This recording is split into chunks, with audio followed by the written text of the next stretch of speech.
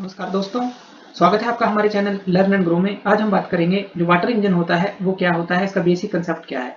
तो water engine जैसे नाम दिया गया है, तो ये एक तरह का डिवाइस होता है जो कि कन्वर्ट करता है एनर्जी होती है जो वाटर के अंदर, उसको मैकेनिकल एनर्जी में हम कन्वर्ट करते हैं, या कहें कि इस एनर्जी का यूज हम कोई वर्क परफॉर्म करने के लिए कर लेते हैं।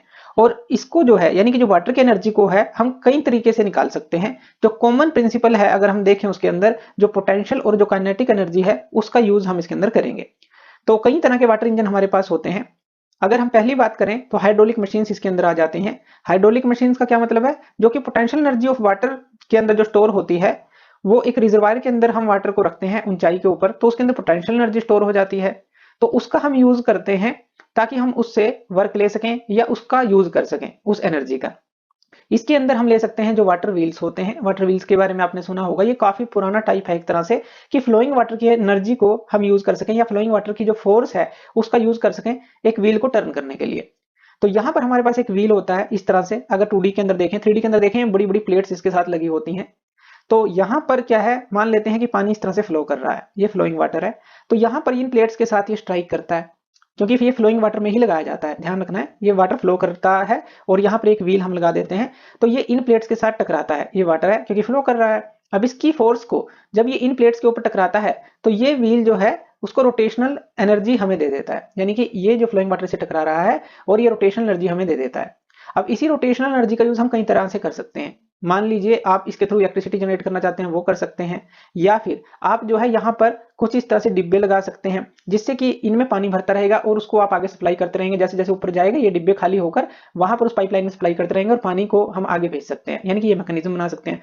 बहुत तरह से इसका हम यूज कर सकते हैं। सिंपल एक एग्जांपल लिया कि वाटर की जो फोर्स है जो फ्लोइंग वाटर की, उसका हमने यूज किया। दूसरा तरीका हमारे पास क्या हो सकता है, जो टर्बाइन्स हैं, इसके बारे में हमने सुना है। ये ज्यादा एफिशिएंट होते हैं जो वाटर व्हील्स होते हैं उनसे, और ये फोर्स ऑफ वाटर का यूज करते हैं एक टर्बाइन को स्पिन करने के लिए। जैसे उसमें हमने व्हील को स्पिन किया था, यहाँ पर हम टर्बाइन को स्पिन करते हैं और ये ज्यादा एफिशिएंट भी हैं। क्योंकि वाटर व्हील जो है काफी पुराने हैं, यानी कि पुराने टाइप के हैं, एक तरह से पुराने समय में यूज किए जाते थे ऐसा कह लीजिए। अब ये जो है टर्बाइन्स का यूज करके हम ज्यादा एफिशिएंसी ले सकते हैं। अब इसको समझते हैं। मान लीजिए एक रिजर्वायर है, काफी ऊंचाई पर है, उसके अंदर वाटर को हमने भर रखा है।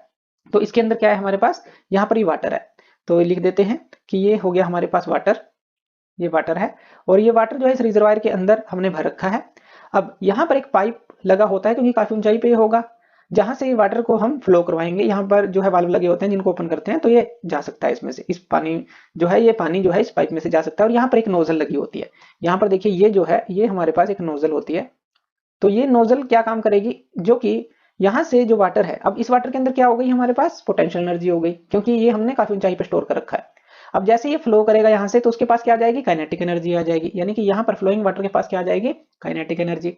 और यहाँ पर जैसे ही नोजल से वो गुजरेगी तो उसकी काइनेटिक एनर्जी को और इंक्रीज कर दिया जाएगा, यानी कि उसकी वेलोसिटी जब यहाँ से होगी वो एग्जिट पानी, तो और तेजी से होगा।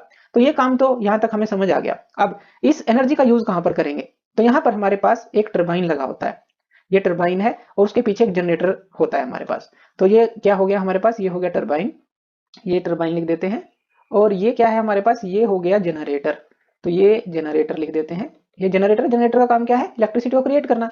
यानी कि जो मैकेनिकल एनर्जी मिलेगी हमें, ये शाफ्ट रोटेट करेगी जब ये फैन रोटेट करेंगे, क्योंकि ये जो फैन है शाफ्ट से कनेक्ट है। ये जो शाफ्ट है इसको हम ले देते हैं कि ये शाफ्ट है, इसको ये लिख देते हैं। और जब ये शाफ्ट रोटेट करेगी तो यहाँ पर जनरेटर जो है इस मैकेनिकल एनर्जी का यूज करके इलेक्ट्रिकल एनर्जी हमें देगा, तो जनरेटर ये काम करेगा। अब यहाँ से जैसे ही वाटर जो है फ्लो करके आएगा, यहाँ से वाटर फ्लो करेगा, इस फैन जो है या कहें कि टरबाइन के ब्लेड्स जो हैं उनसे टकराएगा, ये घूमना स्टार्ट कर देगा। ये घूमना स्टार्ट करेगा तो ये शाफ्ट घूमना स्टार्ट कर देगी, और इस मैकेनिकल एनर्जी का यूज करके जनरेटर जो है इलेक्ट्रिसिटी प्रोड्यूस करना स्टार्ट कर देगा। यानी कि हमने यहाँ पर क्या किया, वाटर के अंदर की एनर्जी का ही तो यूज किया है, बस हमने क्या किया, इसका तरीका बदल दिया। जो वाटर व्हील के अंदर था यहाँ पर हमने एक अलग तरीका लगा दिया, और इससे हम ज्यादा एफिशिएंसी ले सकते हैं उसी वाटर की एनर्जी से। तीसरा तरीका क्या है, यानी कि तरीके तो बहुत हो सकते हैं लेकिन जो कॉमनली टाइप है वो ही हम देख सकें, कि पोटेंशियल एनर्जी का कन्वर्जन हमने देखा कि जो स्टोर्ड जो है हायर एलिवेशन पे जो वाटर है उसके अंदर पोटेंशियल एनर्जी होगी, जब इसको रिलीज करेंगे पोटेंशियल एनर्जी काइनेटिक एनर्जी में चेंज होगी और वाटर जो है अपना काम यहाँ पर करेगा। काइनेटिक एनर्जी कन्वर्जन भी हम कर सकते हैं। जो काइनेटिक एनर्जी है फ्लोइंग वाटर को, जैसे कि हमने देखा वाटर व्हील को या टरबाइन को घुमाने के भी वो काम आते हैं। जैसे कि जो फ्लोइंग वाटर है वहां पर अगर उनके बीच में जैसे डैम होते हैं, वहां पर बीच में टरबाइन अगर लगा दें तो फ्लोइंग वाटर की एनर्जी टरबाइन को घुमाने के भी काम आती है। तो जो रोटेशनल मोशन है उसका यूज करते हैं हम जो ड्राइव करने के लिए मैकेनिकल जो डिवाइसेज हैं, या जैसे जनरेटर के अंदर जो है हम डायरेक्टली जो उसको यूज कर लेते हैं, जैसे रोटेशन शाफ्ट है जनरेटर के साथ कनेक्ट है और ये इलेक्ट्रिसिटी देगी। तो काफी तरह के यूज हो सकते हैं। तीसरा एक और हम देख सकते हैं कि जो तरीका है इलेक्ट्रोलाइसिस का, यानी कि जो वाटर है उसका हम इलेक्ट्रोलाइसिस भी कर सकते हैं। अब इलेक्ट्रोलाइसिस क्या होती है?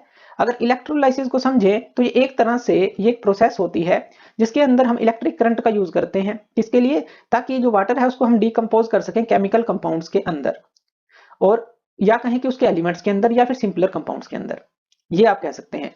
इस केस के अंदर हम बात कर रहे हैं कि जो इलेक्ट्रोलाइसिस है अगर वाटर की करेंगे तो उसको ब्रेक डाउन करेगा हाइड्रोजन और ऑक्सीजन गैसेस में, क्योंकि हाइड्रोजन जो है एक तरह से फ्यूल का हम यूज कर सकते हैं।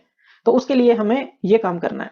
इसके अंदर क्या होगा, इसके अंदर हम एक इस तरह से एक कंटेनर ले लेते हैं और यहाँ पर जो है हम हाइड्रोजन और ऑक्सीजन का प्रोडक्शन करेंगे। तो यहाँ पर जो है एक सेपरेटेड जो है इसको सेपरेशन चैम्बर बना देते हैं यहाँ पर, और यहाँ पर वाटर ले लेते हैं। ये जो है एक्सचेंज मेम्ब्रेन है, ये जो है एक्सचेंज मेम्ब्रेन हमने ली है। एक्सचेंज मेम्ब्रेन क्यों ली हमने, क्यों बोला इसको? क्योंकि कुछ आयंस जो है इसमें से पास कर सकते हैं और कुछ को ये रिस्ट्रिक्ट करेगी। अब इतना समझ लीजिए ये एक्सचेंज मेम्ब्रेन है कि आयंस की मूवमेंट को यहाँ से एक्सचेंज किया जा सकता है। अब यहाँ पर जो दो इलेक्ट्रोड हम लेंगे, एक लेंगे एनोड और एक लेंगे कैथोड। पॉजिटिव एनोड है, नेगेटिव यहाँ कैथोड है, और इन दोनों को हम अटैच कर देंगे एक पावर सप्लाई के साथ, यानी कि एक बैटरी हम ले लेते हैं तो पावर सप्लाई के साथ कनेक्ट कर दिया। यहाँ पर इस तरफ जो एनोड की तरफ है हमें मिलेगा ऑक्सीजन और यहाँ पर मिलेगा हाइड्रोजन, यानी कि हाइड्रोजन गैस की बात कर रहे हैं, यहाँ पर ऑक्सीजन गैस की बात कर रहे हैं, हाइड्रोजन गैस की बात कर रहे हैं। तो अब यहाँ पर देखिए ये हुआ कैसे, कैसे मिलेगा अगर इसको समझें। जैसे ही यहाँ से करंट फ्लो करेगा, हमने यहाँ बैटरी लगा रखी है, करंट को जैसे ही अप्लाई करेंगे तो जो वाटर मॉलिक्यूल हैं वो इलेक्ट्रोड्स की तरफ अट्रैक्ट होंगे। जो वाटर के मॉलिक्यूल्स हैं जैसे एनोड और कैथोड की तरफ वाटर के मॉलिक्यूल अट्रैक्ट होंगे, क्योंकि जो वाटर भी जो है आयंस के अंदर टूट जाएगा। यहाँ पर एक केमिकल रिएक्शन होगी। कैथोड पे क्या होगा, कैथोड पर जो वाटर के मॉलिक्यूल हैं वो इलेक्ट्रॉन्स को गेन करेंगे और हाइड्रोजन गैस बनाएंगे जैसा हमने कहा। एनोड पर क्या होगा, वाटर मॉलिक्यूल लॉस करेंगे इलेक्ट्रॉन और ऑक्सीजन गैस बनाएंगे। तो इसमें यहाँ पर लिख लेते हैं कि ये ऑक्सीजन गैस है, ध्यान देना है, और यहाँ पर ये क्या है, हाइड्रोजन गैस है। तो यहाँ पर ये चीज हमें मिलेगी। अब फिर जो है हम गैस का कलेक्शन कर सकते हैं, जैसे हाइड्रोजन ऑक्सीजन का दोनों का कलेक्शन कर सकते हैं और उनका हम यूज कर सकते हैं। जैसे हाइड्रोजन गैस का यूज तो हम जो है फ्यूल्स के रूप में भी कर सकते हैं। तो यहाँ पर जो एक रिएक्शन देखें, अगर जो वाटर को देखें तो वो किस तरह से टूटेगा, जैसे 2H2O है तो ये किस में टूट गया, एक तरह से ओवरऑल देखें 2H2 + O2। ये काम हम कर रहे हैं, जो केमिकल इक्वेशन जो है इस तरह से हम उसको समझ सकते हैं कि हाइड्रोजन गैस और ऑक्सीजन गैस हमें यहाँ पर मिलेगी। अब यहाँ पर जो हाइड्रोजन प्रोडक्शन है हमने किया है, तो ये जो है हाइड्रोजन गैस एक क्लीन फ्यूल है, उसका हम यूज कर सकते हैं, काफी इंडस्ट्रियल प्रोसेसेस में यूज कर सकते हैं, व्हीकल्स के अंदर भी इसका यूज किया जा रहा है। और जो ऑक्सीजन प्रोडक्शन हुई है, ऑक्सीजन यहाँ से जो बनी है वो मेडिकल एप्लीकेशंस में काम आ सकती है, इंडस्ट्रियल प्रोसेसेस में काम आ सकती है, स्पेस के बारे में अगर हम बात करें, स्पेस एक्सप्लोरेशन को देखें तो वहां पर भी काम आ सकती है। यहाँ पर कुछ चैलेंजेस भी आ जाते हैं, जैसे हमने हाइड्रोजन गैस और ऑक्सीजन गैस को प्रोड्यूस किया इस पूरी प्रोसेस से, तो सबसे पहले तो जो एनर्जी कंजप्शन है काफी ज्यादा होती है। यहाँ पर हमें काफी ज्यादा इलेक्ट्रिकल एनर्जी प्रोवाइड करनी पड़ती है। जो एफिशिएंसी है इलेक्ट्रोलाइसिस की वो भी काफी फैक्टर पर डिपेंड करती है, जैसे टाइप ऑफ इलेक्ट्रोड आप कौन सा ले रहे हैं, जो इलेक्ट्रोलाइट की कंसंट्रेशन है वो कैसी है, और टेम्परेचर है वो कितना है, और एनवायरनमेंट जो है वो भी इसके ऊपर इंपैक्ट करेगा कि जो एनवायरमेंटल इंपैक्ट है वो जो सोर्स ऑफ इलेक्ट्रिसिटी है वो आप कौन सा यूज कर रहे हैं। तो अगर यानी कि जो इलेक्ट्रिसिटी है अगर वो फॉसिल फ्यूल से जनरेट हो रही है तो ये जो है ग्रीन हाउस गैस एमिशन में जो है एक तरह से योगदान अपना देने लग जाएगी, यानी ग्रीन हाउस गैसेस को पैदा करने लग जाएगी। तो इन काफी चीजों पर ये डिपेंड करता है। अब लेकिन बात करें जो हमने जो ये वाटर इंजन की बात की है, यहाँ पर इनकी एप्लीकेशन क्या है कि ये कहाँ कहाँ पर काम आती हैं। तो ये हाइड्रो इलेक्ट्रिक पावर जैसा हमने समझा वहां पर ये काम आती हैं, जैसे कि जो हायर एल्टीट्यूड पे हम वाटर को स्टोर रखें और फिर वहां से जो है पानी की पोटेंशियल एनर्जी को काइनेटिक एनर्जी में कन्वर्ट करें।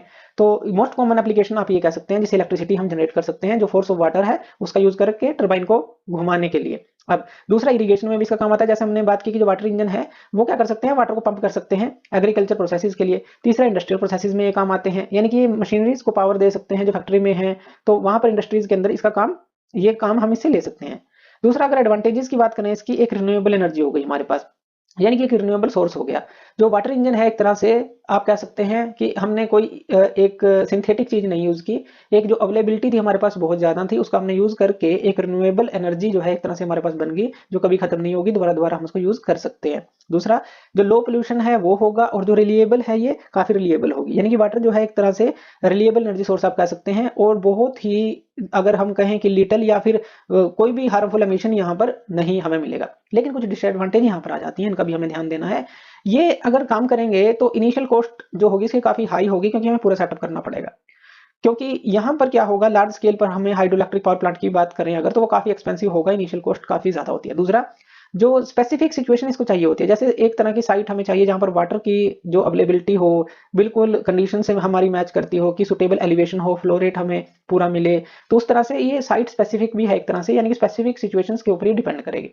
तो हमने ये समझा कि बेसिक कंसेप्ट क्या है वाटर इंजन के पीछे। तो थैंक यू वीडियो देखने के लिए, और इसी तरह की वीडियोस के लिए आप हमारे चैनल लर्न एंड ग्रो पे हमें सब्सक्राइब कर सकते हैं। धन्यवाद।